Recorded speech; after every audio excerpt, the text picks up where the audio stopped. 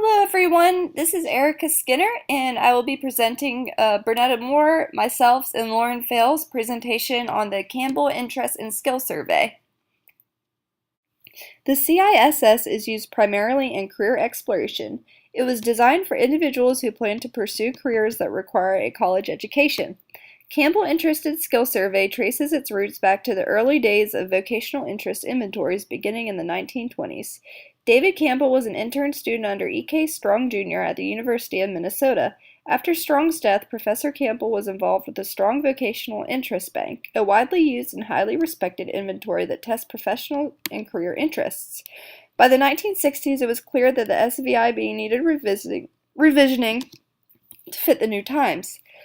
The period included revision to the Men and Women's Forum and accompanying handbook for the SVIB. By 1971, work had begun on the latest revision of the Strong Inventory, the Strong Campbell Interest Inventory, which was published in 1974. Shortly after the revision was finished, Campbell left the University of Minnesota to work at the Center for Creative Leadership in Greensboro, North Carolina. He began thinking about the next generation of career assessment. Campbell noticed that clients were interested in careers but lacked the skills needed.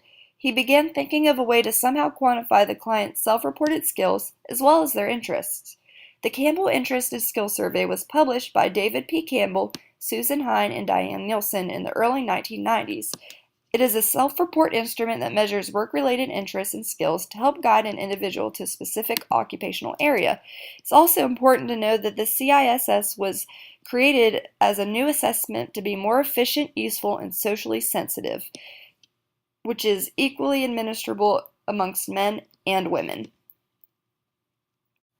Considering the purpose of the CISS is to measure self-reported interest and skills related to career planning, counselors, psychologists, and human resource professionals use the instrument for displaced and transitioning employees, for career development, personal counseling, and targeting academic study. The CISS theoretical framework is derived from John Holland's Holland Occupational Themes because it focuses so much on the multiple dimensions of clients. Considering Holland's factors were sometimes confusing, as an example, a client who scores high on the investigative category may have sparked this individual to believe that he would be better off as a police officer rather than a problem-solving or be within an occupation that's more scientific in nature. Therefore, Holland's dimensions were rewritten in the CISS's framework. One can remember the following theoretical framework as, I often hear counselors naturally prefer anchovies. The CISS's framework includes an influencing, organizing, helping, creating, analyzing, producing, and adventuring criteria. Adventuring was added on to the 6 Holland's types. Influencing includes leadership, politics, marketing, public speaking. Organizing includes managing, monitoring, and organizing. Helping includes teaching, healing, and counseling. Creating includes designing artistic literature and music. Analyzing includes math and science and experiments. Producing is hands-on, farming, construction, mechanical crafts. And adventuring is more so of competing, risk-taking, athletic, police, and military. Like Holland's 6 categories, with the last being split into 2 to capture adventuring.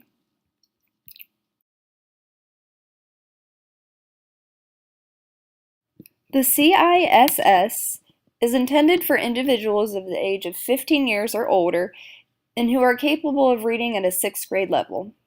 The assessment is published in English and Spanish and is intended for individuals who plan on attending college, who are presently in college, or have completed college, as well as adults who wish to explore another career or who are currently experiencing a career transition.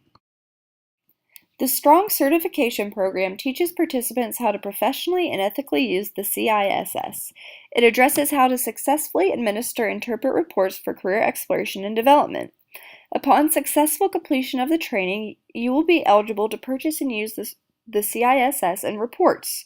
The program is recommended for career counselors, academic advisors, and career coaches who are dedicated to helping individuals develop in their personal, academic, and professional lives. The assessment is published through the NCS Assessments and available through mail-in service, computer software, and online access. The starter kit for the CISS with the manual and materials for 3 tests is at a rate of $72 and can be bought in bulk. Qualifications include self-interpretive and meaning that an individual can buy this manual and go through the program themselves without previous training and understand the results with little outside help. However, if an individual is planning to use the CISS results for educational career planning, it's highly recommended that they have their results interpreted by a master's level counselor who has completed coursework in psychological testing and personal counseling is recommended afterwards, and who are familiar with assessments. Individuals who administer the CISS are counselors, career counselors, academic advisors, career coaches, psychologists, and human resource professionals who have a degree of a master's or higher. The CISS typically takes around 35 to 45 minutes to answer 200 interest questions, 120 skill items through a 6-point response scale. Scoring options include Q Global, Q Local, Internet, or mail-in scoring, all of which resources can be found on the CISS website, through which an individual can be certified to administer the assessment. Results of the CISS are presented both numerically and graphically and include narrative comments to facilitate easy interpretation by the respondent. In particular, the report recommends vocations that the respondent should pursue, being high interest and high skill, should avoid low interest, low skill, should explore high skill, low interest, and develop low skill, high interest.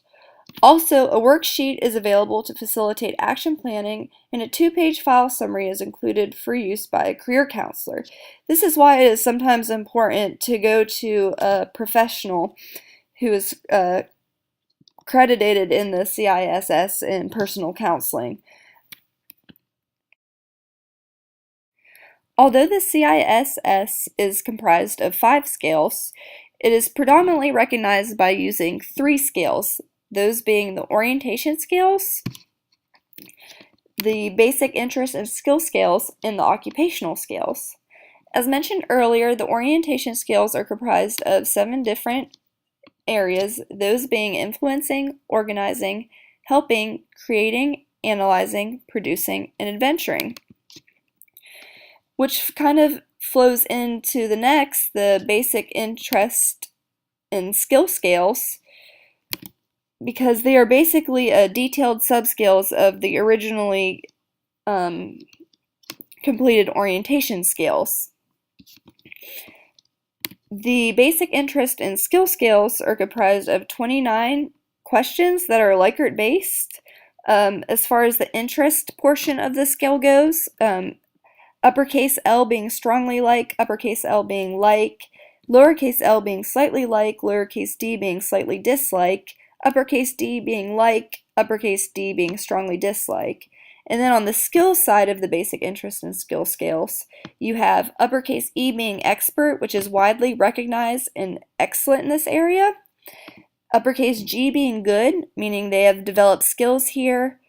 Lowercase SA is slightly above average or a touch above within the skills in the area.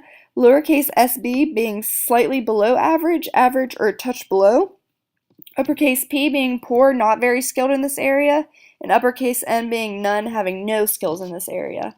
Which then goes on to the occupational scales, which is basically more specific questions relating to the 2 previously answered skills beforehand. In regards to explaining the orientation skills to a client, I would say something along the lines of, your CISS profile is organized into 7 orientational skills covering important areas of the world of work. They are influencing, organizing, helping, creating, analyzing, producing, and adventuring. The black diamond represents your interests, while the white represents your skill in that particular area.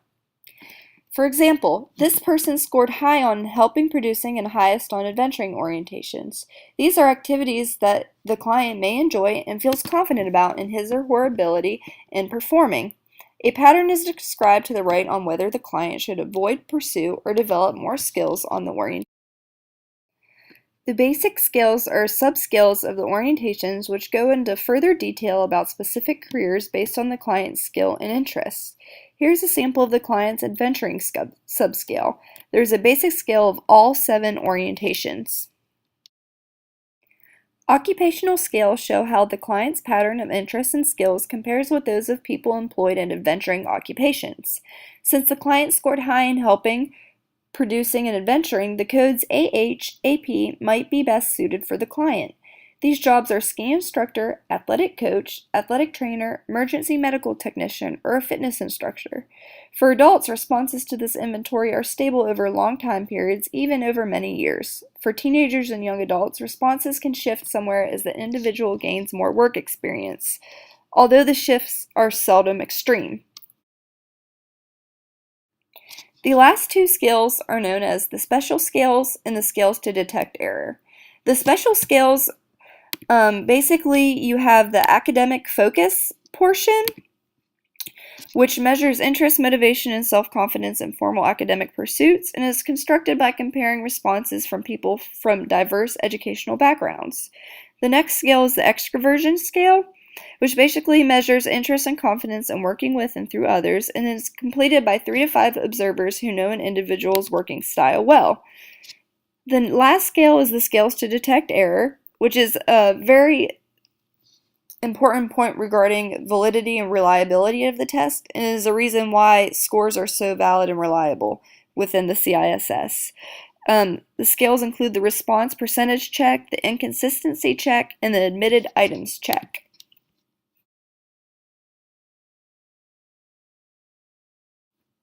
The following are some references in regards to the CISS if you would like to learn further information or maybe become certified in administering the test.